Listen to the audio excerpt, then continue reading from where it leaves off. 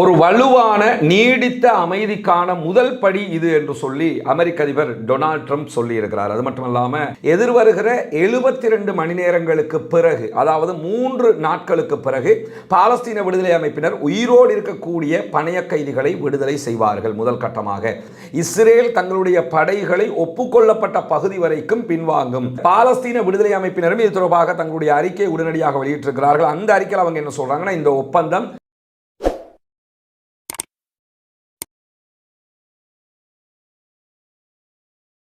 அன்றிற்கினிய சகோதர சகோதரிகளை நம் அனைவர் மீதும் ஏக இறைவனுடைய அமைதியும் கருணையும் உண்டாகட்டுமாக என்கிற பிரார்த்தனைகளோடு, பாலஸ்தீனத்தினுடைய யுத்தத்தை நிறுத்துவதற்கான பேச்சுவார்த்தைகள் எகிப்தில் கத்தர், ஈஜிப்து, டர்க்கி, அமெரிக்காவினுடைய முன்னெடுப்பில் நடைபெற்று வந்தது. இந்த சமாதான முன்னெடுப்பின் முதல் கட்டத்தில் பாலஸ்தீன விடுதலை அமைப்பினரும் இஸ்ரேலிய ஆக்கிரமிப்பு அரசாங்கமும் கையெழுத்திட்டிருக்கின்றன என்கிற செய்தியை அமெரிக்க அதிபர் டொனால்ட் ட்ரம்ப் தற்போது தன்னுடைய சோஷியல் ட்ரூத் சமூக வலைதளத்திலே வெளியிட்டிருக்கிறார்.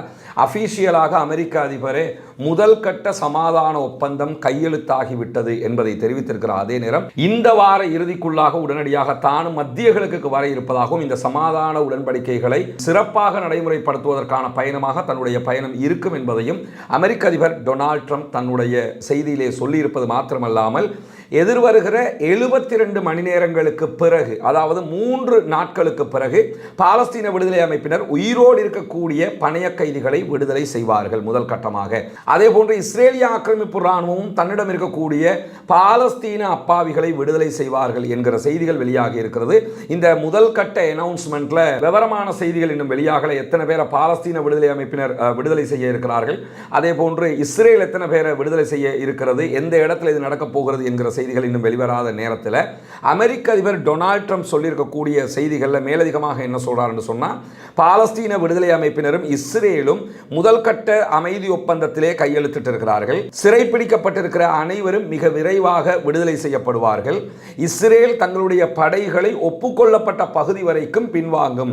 இதுல 2 தரப்புமே முதல் கட்டத்தில் ஒரு ஒப்பந்தத்துக்கு வந்திருக்கிறாங்க. நாங்க உயிருள்ளவர்களை விடுதலை செய்வோம், அந்த விடுதலை செய்கிற அதே நேரத்தில் இஸ்ரேல் இந்த எல்லை வரைக்கும் பின்வாங்கணும் அப்படின்னு சொல்லி அந்த எல்லை தொடர்பான விவரங்கள் இன்னும் வெளியாகல. அது வெளியாகிற போது நாமும் அதை எப்படி அவங்க எந்த இடத்துக்கு வெளியாக இருக்கிறாங்கிறத தமிழ் மொழியில் உங்களுக்கு கொண்டு வந்து தர தயாராக இருக்கிறோம் இன்ஷா அல்லாஹ். ஒரு வலுவான நீடித்த அமைதிக்கான முதல் படி இது என்று சொல்லி அமெரிக்க அதிபர் டொனால்ட் ட்ரம்ப் சொல்லி இருக்கிறார். அது மட்டுமல்லாம இந்த யுத்த நிறுத்தம்ங்கிறது நிரந்தர யுத்த நிறுத்தத்தை நோக்கி பயணிக்கக்கூடிய ஒன்று.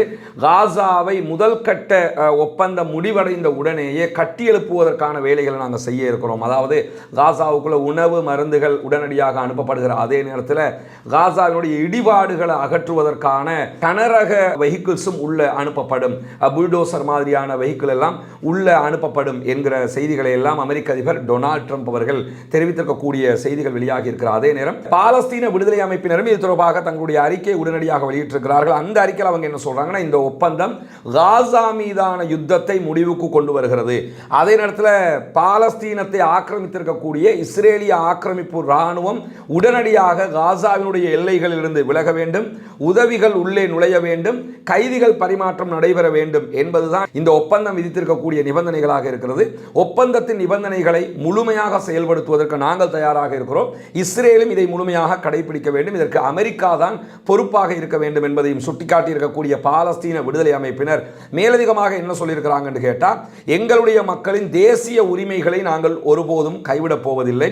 சுதந்திரம், சுயநிர்ணயத்தை அடைவதுதான் எங்களுடைய முழுமையான இலக்காக இருக்கிறது. எங்களுக்கு எங்கள் சுதந்திரம் வேணும், சுய நிர்ணயம் வேணும், அதுக்காகத்தான் நாங்கள் போராடிக்கிட்டு இருக்கிறோம். அதை ஒருபோதும் நாங்கள் விடமாட்டோம் என்று சொல்லி பாலஸ்தீன விடுதலை அமைப்பினர் வெளியிட்டிருக்கக்கூடிய அறிக்கையில் சொல்லி இருக்கிற அதே நேரம் அமெரிக்க அதிபர் டொனால்ட் ட்ரம்புக்கும் இஸ்ரேலிய பிரதமர் பெஞ்சமின் நெத்தன்யாஹுக்கும் இடையில ஒரு போன் கால் தொடர்பு ஒன்று நடந்திருக்கிறது. அதில் 2 பேருமே ரொம்ப எமோஷனலாக பேசினாங்க என்கிற செய்திகள் எல்லாம் வெளியாக. குறிப்பாக பெஞ்சமின் நெத்தன்யாஹு பேசும்போது பெரிய ஒரு வேலையை பண்ணிட்டீங்கன்னு ரொம்ப எமோஷன் ஆகிட்டாரு என்கிற செய்திகள் வெளிவந்தாலும், இஸ்ரேலிய மக்களும் இஸ்ரேலுடைய நெசட்டும் பாலஸ்தீனம் மீதான இந்த ஒப்பந்தத்தை மீண்டும் ஏதோ ஒரு வகையில் பெஞ்சமின் நெத்தன்யாஹு நாசமாக்கிடுவாரோ என்கிற ஒரு அச்சம் தங்களுக்கு இருப்பதாகவே சொல்லிக் கொண்டிருக்கிறார்கள் என்கிற செய்திகளும் மேலதிகமாக வெளியாகி கொண்டிருக்கிறது.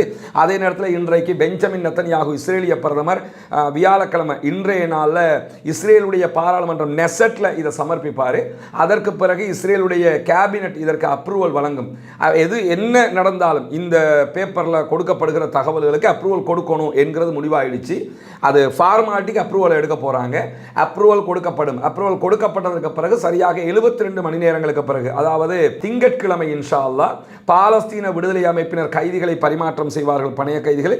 அதே போன்று இஸ்ரேலும் தம்பசம் இருக்கக்கூடிய பாலஸ்தீன அப்பாவிகளை விடுதலை செய்ய வேண்டும். அதே போன்று இஸ்ரேல் அந்த ஒப்பந்தத்தில் குறிப்பிட்ட எல்லைக்கு பின்வாங்க வேண்டும் என்பதுதான் மிக முக்கியமான ஒப்பந்தமாக இருக்கிறது. அமெரிக்க அதிபரே இதை வெளிப்படையாக அறிவித்திருக்கிறார். அவரும் மத்திய கிழக்குக்கு வருகிறார் என்கிற செய்திகள் வெளியாகி இருக்கிறது. முதல் கட்டமாக அல்ஹம்துலில்லாஹ், அல்லாஹுக்கு எல்லா புகழும், பாலஸ்தீனத்திற்கான சமாதானம் கிடைத்திருக்கிறது. பாலஸ்தீன மக்களுக்கு ஒரு நிம்மதி கிடைத்திருக்கிறது. ஆனாலும் சமாதான அறிவிப்புக்கு பிறகும் ட்ரோன் அட்டாக் நடைபெற்றதாக பாலஸ்தீன சுகாதார அமைச்சகம் தகவல் வெளியிட்டிருக்கிறது. அதுவும் நிறுத்தப்பட வேண்டும் என்கிற செய்திகள் எல்லாம், குரல்கள் எல்லாம் எழுப்பப்படுகிற சந்தர்ப்பத்தில் இன்னும் ஓரிரு நாட்களுக்குள்ளாக மொத்தமான சமாதானம் காசாவுக்குள் வர இருக்கிறது. ஆனால் இந்த 3 நாட்களுக்குள்ளாகவும் எந்த தாக்குதல்களையும் நடத்தக்கூடாது என்பதும் ஒப்பந்தத்தினுடைய ஒரு விதியாக இருக்கிறது. எனவே பாலஸ்தீன மக்களுடைய போராட்டம், பாலஸ்தீன இராணுவத்தினுடைய போராட்டம் அத்தனையும் ஒரு வெற்றியை நோக்கிய நகர்வாக மாறியிருக்கிறது. அவர்கள் தங்களுடைய சுய நிர்ணயத்தை நோக்கிய, சுதந்திரத்தை நோக்கிய பயணத்தை தொடர்ந்து கொண்டிருக்கிறார்கள். அவர்கள் எடுப்பதுதான் எல்லா முடிவும். ஏன்னா அவங்களுடைய நாடு, அவங்க போராடுறாங்க, அவங்க தான் முடிவெடுக்கணும். நம்ம பிரார்த்தனை பண்ணலாம், அந்த மக்களுக்காக ஜனநாயக ரீதியாக போராடலாம். அந்த அடிப்படையில் தற்போது அவர்கள் இந்த முடிவுக்கு வந்திருக்கிறார்கள். இந்த முடிவினுடைய முழுமையான அம்சங்கள் என்னென்ன அடிப்படையில் இது நடக்கப் போகிறது, எங்கே இஸ்ரேல் பின்வாங்க போகிறது என்கிற தகவல்களை அது வெளியானவுடன் தனியான ஒரு வீடியோவாக பார்ப்போம் இன்ஷா அல்லாஹ். பாலஸ்தீன மக்களுடைய போராட்டம் வெற்றியை நோக்கி நகர்ந்து கொண்டிருக்கிறது. அந்த மக்களுக்கு அல்லாஹ் அருள் புரிவானாக, அங்கு போராடக்கூடிய மக்களுக்கு அல்லாஹ் அருள் புரிவானாக. சமாதானம் மிளிர்ந்திருக்கிறது அல்ஹம்துலில்லாஹ் என்கிற செய்திகளை உங்களோடு பகிர்ந்து கொள்வதில் ரொம்ப மகிழ்ச்சி அடைகிறோம். பாலஸ்தீனம் வெற்றி பெறட்டும், பாலஸ்தீனம் சுதந்திரம் அடையட்டும் என்கிற செய்திகளோடு முடித்துக் கொள்கிறேன். வாஹிர் தஅவானா அல்ஹம்துலில்லாஹி ரப்பில் ஆலமீன்.